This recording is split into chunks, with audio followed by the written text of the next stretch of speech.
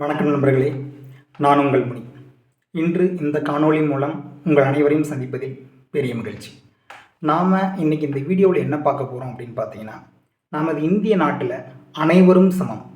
ஆனால் நம்ம இந்திய நாட்டில் அனைவரும் சமம்னு சொல்லிட்டு நமக்கு கிடைக்கக்கூடிய அடிப்படை உரிமைகள் முழுவதும் எல்லா ஏழைகளுக்கும் கிடைக்குதா அப்படின்னு பார்த்தீங்கன்னா, என்னை பொறுத்த வரையில் 100% இல்லை அப்படின்னு தான் நான் சொல்லுவேன். சமூக வேற்றுமையினால் அனைத்து மக்களுக்கும் கிடைக்கக்கூடிய அடிப்படை உரிமைகள் இன்றளவிலும் சில கிராமங்களில் சில மக்களுக்கு மறுக்கப்பட்டு வருகிறது. தீண்டாமை ஒரு பாவச் செயல், தீண்டாமை ஒரு பெருங்குற்றம், தீண்டாமை ஒரு மனிதநேயமற்ற செயல்.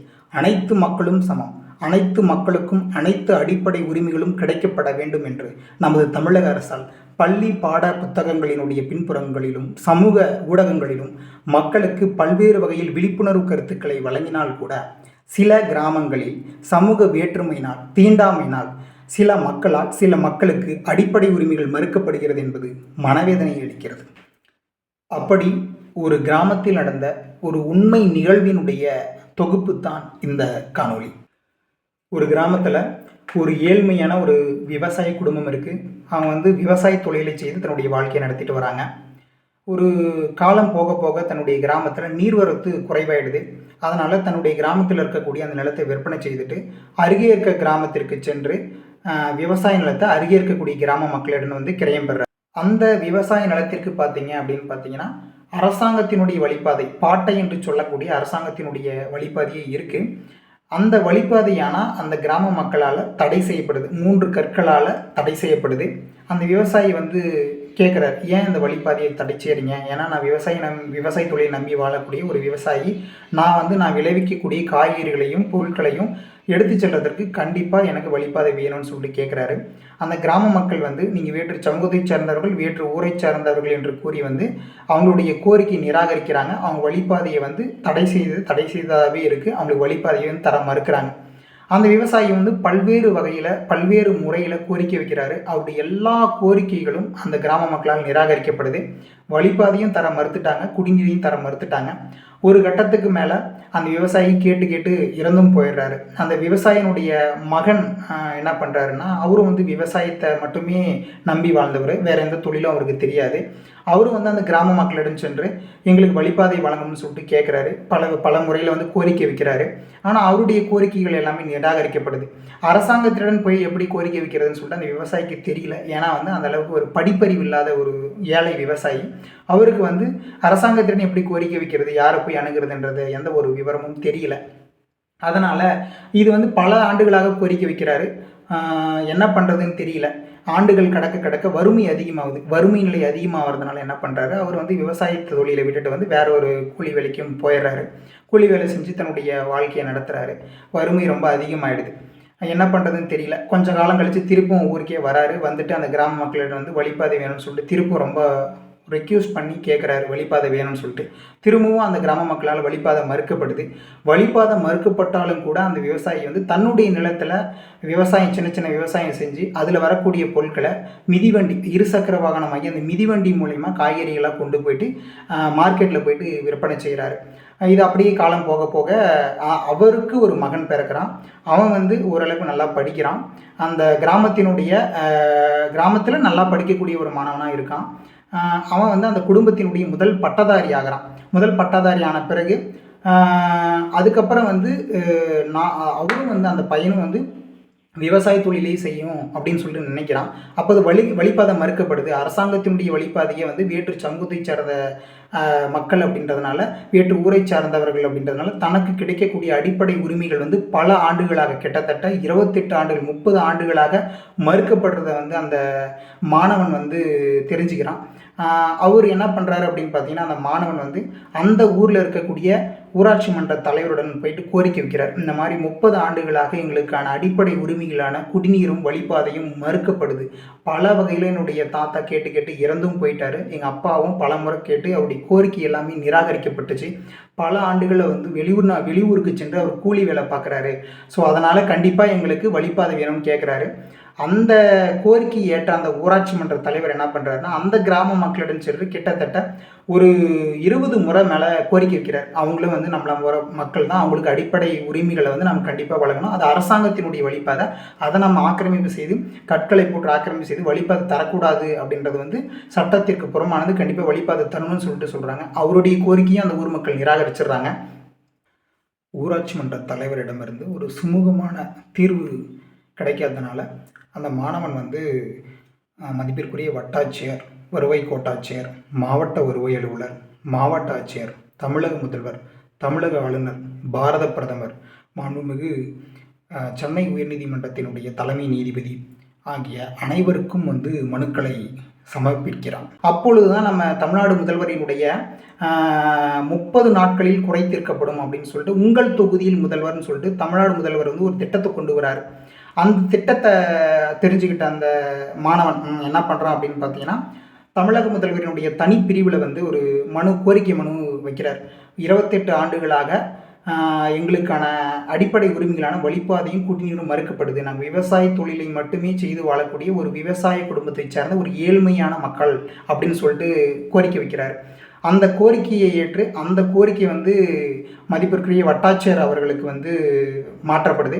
மதிப்பிற்குரிய வட்டாட்சியர் அவர்கள் வந்து ஆய்வு செய்கிறார். அந்த இடத்த ஆய்வு செய்து அந்த இடத்த பார்க்கும்போது அந்த 3 கற்கள் ஆக்கிரமிப்பு அரசாங்க நிலத்தில் இருக்குது. இது ஒரு குறிப்பிட்ட சமூகத்தை சார்ந்த மக்கள் செல்லக்கூடாது அப்படின்றதுக்கான போட்ட ஒரு தடைக்கற்கள் அப்படின்றத வந்து அவர் புரிஞ்சுக்கிறாரு. வட்டாட்சியர் உடனே வந்து அந்த கிராம மக்களிடம் வந்து கோரிக்கை வைக்கிறார். இது வந்து மிகவும் தவறான ஒரு செயல். இந்த இடத்துல வந்து இந்த ஆக்கிரமிப்பு இருக்கக்கூடாது. இது அரசாங்கத்தினுடைய நிலம். இது வந்து வழிபாதை. இந்த வழிபாதையில் ஆக்கிரமிப்பு இருக்கக்கூடாது. கற்கள் ஆக்கிரமிப்பை அகற்றணும்னு சொல்லிட்டு கேட்குறாங்க. உடனே அந்த கிராம மக்கள் வந்து இது வெறும் கற்கள் கிடையாது, இது எங்களுடைய கோயில்னு சொல்லிட்டு ஒரு தவறான தகவலை வட்டாட்சியர் அவர்களிடம் கூறுகிறார்கள். ஏன்னா வந்து ஆக்கிரமிப்புன்னு சொல்லிட்டு அந்த ஆக்கிரமிப்பை வந்து வட்டாட்சியர் அவர்கள் அகற்றிடுவார். அதனால் வந்து இது கோயில்னு சொல்லிட்டு மதிப்பிற்குரிய வட்டாட்சியர் அவர்களிடம் வந்து அந்த கிராம மக்கள் வந்து சொல்லிடுறாங்க. இந்த கற்கள் ஆக்கிரமிப்பை அகற்றினீங்கன்னா நாங்கள் மிகப்பெரிய போராட்டத்தை செய்வோம் அப்படின்னு சொல்லிட்டு வட்டாட்சியர் அவர்களிடம் வந்து அந்த கிராம மக்கள் சொல்கிறாங்க. அதனால் வட்டாட்சியர் அவர்கள் வந்து வருவாய் கோட்டாட்சியர் தலைமையில் இது வந்து தீர்வு காணலாம் அப்படின்னு சொல்லிட்டு அந்த மாணவனுடன் வந்து அந்த வட்டாட்சியர் அவர்கள் சொல்லிட்டு போயிடுறாரு. அடுத்த நாள் அந்த கற்கள் ஆக்கிரமிப்பு இருந்த இடத்துல வந்து ஆக்கிரமிப்பு அகற்றிடுவாங்களோ அப்படின்னு சொல்லிட்டு அந்த ஊர் மக்கள் வந்து பயந்துட்டு என்ன பண்ணுறாங்க அப்படின்னு பார்த்தீங்கன்னா, 4 பில்லர் எழுப்பி அந்த கட்டடம் கட்ட ஆரம்பிக்கிறாங்க அந்த இடத்துல. உடனே வந்து அந்த மாணவன் அதை பார்த்துட்டு என்ன பண்ணுறாருன்னா, வட்டாட்சியர் அவர்களிடம் போயிட்டு சொல்கிறார், இந்த மாதிரி கற்கள் ஆக்கிரமிப்பு மட்டும் இருந்த இடத்துல இப்போ வந்து பில்லர் எழுப்பி பெரிய கட்டடம் கட்டுறதுக்கான முயற்சிகள் போயிட்டுருக்கு அப்படின்னு. உடனே அந்த வட்டாட்சியர் அவர்கள் என்ன பண்ணுறாரு அப்படின்னா, மதிப்பிற்குரிய வருவாய் கோட்டாட்சியர் அவர்களுக்கும், மதிப்பிற்குரிய மாவட்ட வருவாய் அலுவலர் அவர்களுக்கும், மதிப்பிற்குரிய மாவட்ட ஆட்சியர் அவர்களுக்கும் தகவல் தெரிவிக்கிறாரு. மாவட்ட ஆட்சியர் அவர்கள் வந்து உடனே வந்து காவல்துறையினுடைய உதவியினோடு உடனடியாக அந்த கட்டடம் கட்டும் பணியை வந்து நிறுத்தம் செய்யுமாறு வட்டாட்சியர் அவர்களுக்கு ஆணையிடுறாங்க. வட்டாட்சியர் அவர்கள் வந்து காவல்துறையினுடைய உதவியோடு அந்த கற்கள் ஆக்கிரமிப்பு இருந்த இடத்துல கோயில் கட்டக்கூடிய அந்த கட்டடம் கட்டக்கூடிய பணியை வந்து நிறுத்தம் செய்கிறாங்க. அந்த மாவட்ட நிர்வாகம் வந்து நிறுத்தம் செய்கிறாங்க. உடனடியாக மாவட்ட ஆட்சியர் அவர்கள் வந்து வட்டாட்சியர் அவர்களுக்கு ஒரு ஆணை பிறப்பிக்கிறாங்க. இரு தரப்பினருக்கும் இடையே வந்து ஒரு அமைதி பேச்சுவார்த்தை நடத்தப்பட்டு சுமூகமான தீர்வு வழங்குமாறு வட்டாட்சியர் அவர்களுக்கு வந்து மதிப்பிற்குரிய மாவட்ட ஆட்சியர் அவர்கள் வந்து ஒரு ஆணை பிறப்பிக்கிறாங்க. மாவட்ட ஆட்சியர் அவர்களினுடைய ஆணை பெறப்பட்டவுடனே மதிப்பிற்குரிய வட்டாட்சியர் அவர்கள் இரு தரப்பினருக்கும் இடையே அமைதி பேச்சுவார்த்தை நடத்தி முறைப்படி அழைப்பாணையை விடுக்கிறார். ஒரு புறம் வழிபாதையை தரம் மறுக்கக்கூடிய ஒரு கிராம மக்கள், ஒரு புறம் வழிபாதையும் குடிநீரும் இன்றி தவித்து 30 ஆண்டுகளாக தவித்து வரக்கூடிய ஏழை விவசாய குடும்பமும் அந்த மாணவனும் ஒரு புறம் நிற்கிறார்கள். முதலாவதாக வட்டாட்சியர் தனது உரையை தொடங்குகிறார். 30 ஆண்டுகளாக வழிபாதையும் குடிநீருமின்றி ஒரு ஏழை எளிய விவசாய குடும்பம் மிகவும் பாதிப்படைந்துள்ளது. எனவே அவங்களுக்கு வழிபாதையும் குடிநீரும் வழங்க வேண்டும் என்று அந்த கிராம மக்களிடம் வட்டாட்சியர் அவர்கள் கோரிக்கை விடுக்கிறார். அந்த கிராம மக்கள் அந்த வழிபாதையில் போடப்பட்ட கற்கள் அல்ல, அது எங்களுடைய கோயில் என்று தவறான தகவலை கூறுகிறார்கள். உடனடியாக அந்த மாணவன் வந்து இது வந்து கோயில் கிடையாது, கோயிலுடைய கற்கள் கிடையாது, முழுக்க இது நாங்கள் செல்லக்கூடாது என்பதற்காக அந்த மக்களால் போடப்பட்ட தடைக்கற்களே, அதற்கு ஆதாரங்கள் எங்களிடம் உள்ளது. அது கோயிலிடம் என்றோ அது கோயில் கற்கள் என்றோ எந்த விதமான ஆதாரங்களும் கிடையாது. முழுக்க அரசாங்கத்தின் நிலம், இது பாட்டை நிலம் என்று அந்த மாணவன் வட்டாட்சியர் அவர்களிடம் கூறுகிறார். உடனடியாக வட்டாட்சியர் அவர்கள் ஆவணங்களை சரிபார்க்கிறார். ஆவணங்களின்படி அந்த நிலமானது முழுக்க முழுக்க அரசு வழிப்பாதை என்று சொல்லக்கூடிய பாட்டை நிலம் என்பது வட்டாட்சியர் அவர்களுடைய ஆய்வில் தெரிய வருகிறது. அந்த கிராம மக்கள் தவறான தகவல்களையும் பொய்களையும் கூறுகிறார்கள். ஒரு குறிப்பிட்ட சமூகத்தைச் சேர்ந்த மக்கள் செல்லக்கூடாது என்பதற்காகவே அந்த கற்கள் ஆக்கிரமிப்பை ஏற்படுத்தியுள்ளார்கள் என்பதை வட்டாட்சியர் அவர்கள் உணர்ந்து கொண்டார். எனவே வட்டாட்சியர் அவர்கள் கிராம மக்களுக்கு ஒரு கோரிக்கை விடுக்கின்றார்.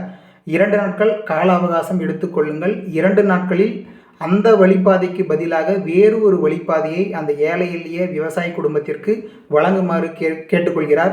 அவ்வாறு 2 நாட்களில் வழங்கவில்லை என்றில் சட்டம் தன் கடமையை செய்யும், அந்த கற்கள் ஆக்கிரமிப்பை நாங்கள் அகற்றிவிடும் என்று கூறுகிறார்கள். உடனே அந்த கிராம மக்கள் சரி என்று கூறி சென்றுவிட்டு அரசியல் பின்புலத்தினுடைய அரசியல் அதிகாரத்தை பயன்படுத்தி வட்டாட்சியர் அவர்களுக்கு அழுத்தம் கொடுக்கிறார். அந்த வட்டாட்சியர் அவர்கள் நேர்மையான அலுவலர் என்பதால் இந்த கோரிக்கைக்கான இந்த மனுவிற்கான தீர்வினை மதிப்பிற்குரிய வருவாய் கோட்டாட்சியர் அவர்கள் தீர்வு வழங்குவார் என்று கூறி அந்த மனுவை மதிப்பிற்குரிய வருவாய் கோட்டாட்சியர் அவர்களுக்கு அனுப்பி வைக்கிறார். தன்னுடைய தலைமையில் நடந்த அமைதி பேச்சுவார்த்தைக்கான முடிவை வழங்குகிறார். 1 வாரம் கடந்த பிறகு மதிப்பிற்குரிய வருவாய் கோட்டாட்சியர் தலைமையில் இரு தரப்பிற்கும் இடையே அமைதி பேச்சுவார்த்தைக்கான அழைப்பாணை விடுக்கப்பட்டு இரு தரப்பிற்கும் இடையே மீண்டும் வருவாய் கோட்டாட்சியர் தலைமையில் சாராட்சியர் தலைமையில் அமைதி பேச்சுவார்த்தை நடக்கிறது. சாராட்சியர் அவர்களும் இரு தரப்பிற்கும் இடையே கோரிக்கையை கேட்டுக்கொள்கிறார். அவரும் கிராம மக்கள் கூறுவது தவறு என்பதை உணர்ந்து கொண்டு 8 நாட்கள் அவகாசம் விடுக்கிறார். 8 நாட்களில் தாங்கள் வேறு ஒரு வழிபாதை ஏற்பாடு செய்ய வேண்டும், இல்லையெனில் கற்கள் ஆக்கிரமிப்பை அகற்றிவிடுவோம் என்று கூறுகிறார் வருவாய் கோட்டாட்சியர் அவர்கள். கிராம மக்கள் சரி என்று கூறி சென்றுவிட்டு கிராம மக்கள் மதிப்பிற்குரிய கிராம நிர்வாக அலுவலர், வட்டாட்சியர், வருவாய் கோட்டாட்சியர், மாவட்ட வருவாய் அலுவலர், மாவட்ட ஆட்சியர் ஆகிய அனைவர் மேலும் அந்த மாணவன், அந்த விவசாயி ஆகிய அனைவரையும் சேர்த்து சென்னை உயர்நீதிமன்றத்தில் அந்த கிராம மக்கள் அனைவரும் சேர்ந்து ஒரு வழக்கு தொடுக்கிறார்கள். அதாவது ஒரு தனிப்பட்ட ஒரு குடும்பத்திற்காக ஒரு கிராம மக்கள் அனைவரையும் எதிர்த்து ஒரு மாவட்ட நிர்வாகத்தில் உள்ள மாவட்ட ஆட்சியர், மாவட்ட வருவாய் அலுவலர், வருவாய் கோட்டாட்சியர், வட்டாட்சியர், கிராம நிர்வாக அலுவலர் ஆகிய அனைவரும் தன்னிச்சையாக தன்னுடைய அதிகார வரம்பிற்கு அதிகமாக செயல்பட்டு ஒரு தனி நபருக்காக ஒரு கிராம மக்களை எதிர்க்கிறார்கள் என்று சென்னை உயர்நீதிமன்றத்தில் ஒரு தவறான வழக்குப்பதிவை மேற்கொள்கிறார்கள். மாண்புமிகு நீதியரசர் அவர்கள் இந்த வழக்கை பார்வையிட்டு இந்த வழக்கு விசாரணை முடியும் வரையில் அந்த கற்கள் ஆக்கிரமிப்பை அகற்றக்கூடாது, மேற்கொண்டு அந்த இடத்தில் எந்த கட்டடமும் கட்டவும் கூடாது என்பதற்காக ஒரு இடைக்கால தடை ஒன்றை பிறப்பிக்கிறார்கள். இதனைத் தொடர்ந்து அந்த மாணவன் தனக்கு ஒரு வழக்கறிஞர் வேண்டும் என்றும் தான் மிகவும் ஏழ்மையான குடும்பத்தைச் சார்ந்தவர்கள் என்றும் தான் வழக்கறிஞரை வைத்து வாதாடும் அளவிற்கு வசதி இல்லை என்றும் சென்னை உயர்நீதிமன்றத்தினுடைய மாண்புமிகு தலைமை நீதிபதி அவர்களுக்கு ஒரு கோரிக்கை மனு ஒன்றை சமர்ப்பிக்கின்றார். அதனால் மாண்புமிகு நீதியரசர் அவர்கள் அந்த ஏழை விவசாய குடும்பத்தைச் சேர்ந்த அந்த மாணவனுக்கு ஒரு இலவசமான ஒரு வழக்கறிஞரை ஏற்பாடு செய்து கொடுக்கிறார்கள். அந்த வழக்கு விசாரணை நடந்து கொண்டிருக்கிறது. மீண்டும் அந்த மாணவன் என்ன செய்கிறான், மாவட்ட ஆட்சியர் அவர்களை நேரில் சந்திக்க முயற்சி செய்கிறான். ஆனால் அரசு அதிகாரிகளால் மாவட்ட ஆட்சியர்களை பார்க்க அனுமதி தர முடியாது என்று அரசு அதிகாரிகளால் மறுப்பு தெரிவிக்கப்படுகிறது. அதனால் அந்த மாணவன் மீண்டும் வட்டாட்சியர், வருவாய் கோட்டாட்சியர், மாவட்ட வருவாய் அலுவலர், மாவட்ட ஆட்சியர், தமிழக முதல்வர், தமிழக ஆளுநர், பாரத பிரதமர், மாண்புமிகு தமிழக சென்னை உயர்நீதிமன்றத்தினுடைய தலைமை நீதிபதி ஆகிய அனைவருக்கும் ஒரு கோரிக்கை மனு ஒன்றை சமர்ப்பிக்கின்றார். எங்களுக்கு வழிபாதை வேண்டும் என்று. உடனடியாக மாவட்ட ஆட்சியர் அவர்கள் அதனை ஆய்வு செய்கிறார். மாவட்ட ஆட்சியர் அவர்கள் ஆய்வு செய்ததில் அவர்கள் வழக்கு தொடுத்த இடம் சர்வே நம்பரானது வேறு ஒரு புல எண்ணை பயன்படுத்தி வழக்கு தொடுத்துள்ளார்கள் என்பதை உணர்ந்து கொள்கிறார்கள். அதனால் மதிப்பிற்குரிய மாவட்ட ஆட்சியர் அவர்கள் கற்கள் ஆக்கிரமிப்பு இருந்த இடத்தில் உள்ள கற்களையும் அந்த தூண்களையும் ஆக்கிரமிப்பை 100 காவல்துறை அதிகாரிகளை பயன்படுத்தி மற்றும் 20க்கும் மேற்பட்ட கிராம நிர்வாக அலுவலர், மதிப்பிற்குரிய வட்டாட்சியர் தலைமையில் அந்த கற்கள் ஆக்கிரமிப்புகளையும் அந்த தூண்களையும் அகற்றி அந்த இடத்தில் சிமெண்ட் சாலையை ஏற்படுத்தியுள்ளார்கள். ஒரு தனிநபருக்காக இல்லாமல் ஒரு சமூக நீதியை அந்த மாவட்ட ஆட்சியர் அவர்கள் வழங்கியுள்ளார்கள் என்பது மிகவும் பெருமைக்குரியது. ஒரு ஒரு சமூகத்தினுடைய மாற்றம் என்பது அந்த சமூகத்தினுடைய மக்களினுடைய அனைத்து மக்களினுடைய மனநிலையை பொறுத்தது. இறுதியாக அந்த ஏழை எளிய விவசாய குடும்பத்திற்கும் அந்த மாணவனுக்கும் ஒரு மிகப்பெரிய வெற்றி கிடைத்துள்ளது. கிட்டத்தட்ட 250 மனுக்கள் வழங்கப்பட்டது. அந்த மாணவனால் வட்டாட்சியர், வருவாய் கோட்டாட்சியர், மாவட்ட வருவாய் அலுவலர், மாவட்ட ஆட்சியர், தமிழக முதல்வர், தமிழக ஆளுநர், பாரத பிரதமர், மாண்புமிகு சென்னை உயர்நீதிமன்றத்தினுடைய தலைமை நீதிபதி ஆகிய அனைவருக்கும் மனுவானது அந்த மாணவனால் வழங்கப்பட்டது. இறுதியாக அந்த மாணவனுக்கு, அந்த விவசாயிக்கு ஒரு சமூக நீதியானது கிடைக்கப்பட்டது. இறுதியாக அந்த மாணவனுடைய கோரிக்கை நிறைவேற்றப்பட்டது. 30 ஆண்டுகால போராட்டம் முடிவுக்கு வந்தது. இறுதியாக அந்த ஏழை எளிய விவசாய குடும்பத்திற்கு வழிபாதை வழங்கப்பட்டது. இறுதியில் நீதி வென்றது. தர்மத்தின் வாழ்வதனை சூது கவ்வும், மீண்டும் தர்மமே வெல்லும்.